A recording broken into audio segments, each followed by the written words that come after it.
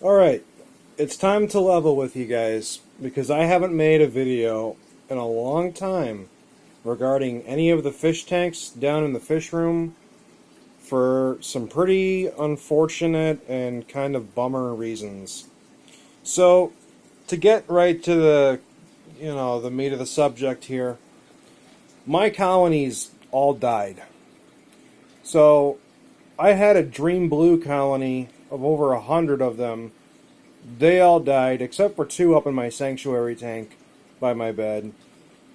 My yellow colony of over 100 of them, they're pretty much dead. There is one lone survivor in that tank, which I don't truly expect to survive.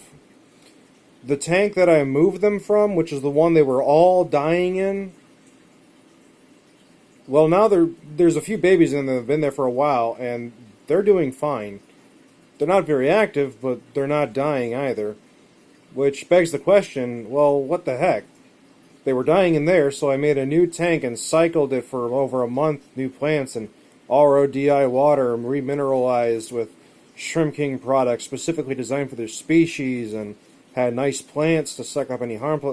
The point is, I moved them in there, and they just were not having it. They tons and tons of molting, but just all death. And after a few months of that, my colony, except for one, is dead. And the funny thing is, not even funny I should say, I switched the water from that RODI water in the last ditch attempt back to straight well water, directly from my well. Because that's what the original colony was born and bred in. And even though the parameters for shrimp like this, for my well water, is insanely far off the map of the recommended guides. But I kept doing what everyone kept telling me to do, and they convinced me that I was doing it all wrong. And then when I switched over and did it the way everyone kept telling me, everything went to hell, and everything died. Strange, isn't it? This kind of goes along with the narrative that I always used to say. Consistency is more important than accuracy. They will adapt if you give them a chance and you do it slowly. And I broke my cardinal rule because I thought that I could get better reproductive yield rates if I provided them clean water that was designed specifically for their species. Didn't work out that way. I lost everything. Now, I have a few Bloody Mary red cherry shrimp in that tank right there. I've had them for like a month, I guess, since I made the live stream of acclimating them. To my knowledge, I've witnessed at least 3 deaths. That water is RO water mineralized with Shrimp King GHKH, and they started out in that water. So it's not like they switched from well water to that. The breeder that I got them from used a very similar setup, so the acclimation was not hard on them. And I suspect they're actually in there, like at least like 5 or 6 of them. They're just hiding. Shrimp are really good at hiding. So, do I expect them to reproduce? I really don't know at this point. I'm starting to wonder if that vent is not closing off as good as it should and lowering the temperature at night. But the temperature outside is about to hit triple digits, but down here it's pretty chill, like 70 degrees. Which is why I really didn't bother having a heater in there before. Now, heating up the tank with shrimp will increase their metabolism and reproductive rates, but it'll shorten their lifespans as well. You know, I was wary about doing that. I didn't want to break whatever homeostasis that was gotten from the situation and, you know, was keeping them alive. So I didn't put a heater in until now. So that tank over there had the Mexican dwarf crayfish. There was like 30 of them. And I put them in here because here's the thing. I do not believe for a second that Mexican dwarf crayfish are peaceful or even mildly tempered at all. everyone keeps talking about, oh, you can keep multiple together, oh, they're much more gentle, yada yada. No. No, I don't think that for a darn second. Because you know what? In that tank, they were born and raised in there until they were about quarter of an inch. Now, at that size, they started killing each other because room. Now, this 40 breeder, I put him in here. There's a lot of hiding spots. There's a lot of surface area, yada yada. 3. I see only 3 left in this tank. I've never seen one dead, which means they are eating each other.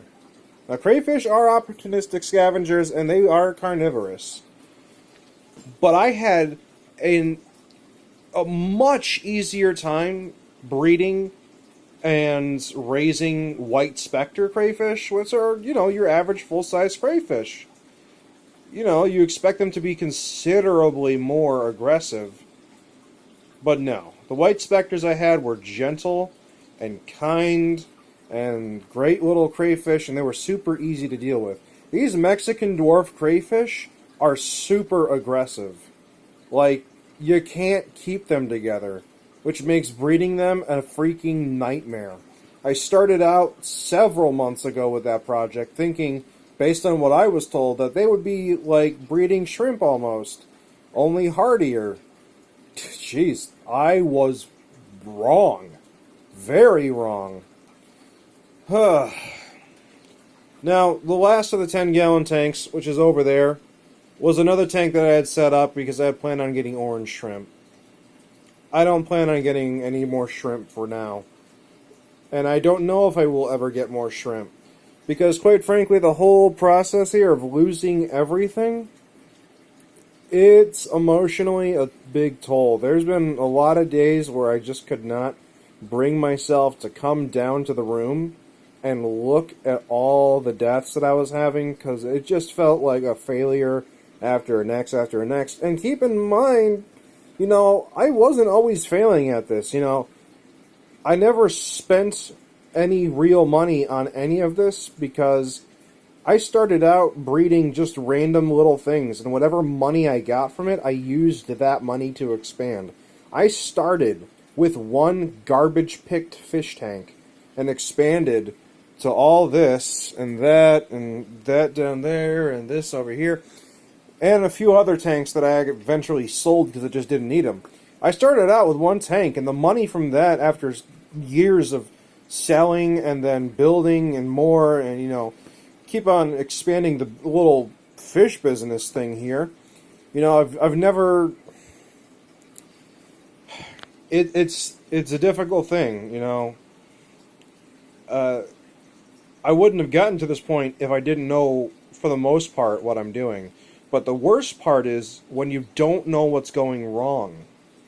When you don't have a clue. When you think you're right on the cusp of a solution and it doesn't work, and then you're all out of ideas.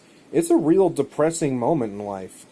So I turned to a lot of forums, and there was one group in particular, Shrimp Keeper on Facebook. It's a huge group. I was trying to post a video there detailing the issues I was having, but apparently they don't allow YouTube links, and apparently I made a post asking, well, okay, how do I upload the video properly to the Facebook group, because I don't want to install the app, and I personally don't like doing anything on Facebook. I don't trust Facebook. And I got banned for asking how to comply with the rules. Like, legit. That is legit how I got banned. And then I've been banned on Fish Lore as well, because they do not like the fact that I eat fish. Like, when I go out and I go with my friends and I eat what I catch, they hate that. Oh, they do not like anglers at all. So they are very squeamish over there. So they banned me after I had made like over 1,000 posts, and they have like a ton of my posts that are very detailed and informational stickied to this day. They don't even say in the forums that I'm banned. They just don't let me log in. And when I tried to ask for an explanation, they refused to give me an explanation other than, oh, you broke the rules. Well, that's real specific. So, with all these groups being so kind of squeamish, it's very difficult to find good help. And good help is the key word here, because bad advice is worse than no advice. And I tell you what, there's a ton of bad advice out there. So that's basically what I'm dealing with right now. A random offshoot. Now this tank is straight hard water with some plants and stuff. This is for my wild fish that I eventually plan to catch, because I still want to do that. Now, I accidentally put a shrimp in here when I was switching from RO mineralized to straight hard water, and then it's like been at 90 degrees, and then the hard switch, and then just like no food and like garbage parameters for shrimp. And there's a shrimp in there that went through all that. And it was a neon yellow, the ones that died from the colony. In there, little freaking miracle shrimp, still alive, like swimming about somewhere. She's in there, and it's a she. She's a big old shrimp.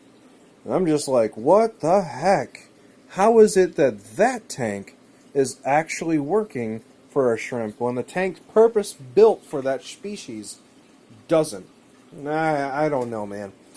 And then down here, I have Peaches, my pleco, because look at all the snails, man. I've got assassin snails in here, and I figure probably one of the reasons that my assassin snails have never bred is because, plecos eat snail eggs. Herp-de-derp. It never crossed my mind. I don't know why that. I'm like, someone brought it up. I'm like, oh, God, I'm retarded. And I apologize if that word offends you. I didn't mean to offend anyone. But that's the state of the situation. So, yeah.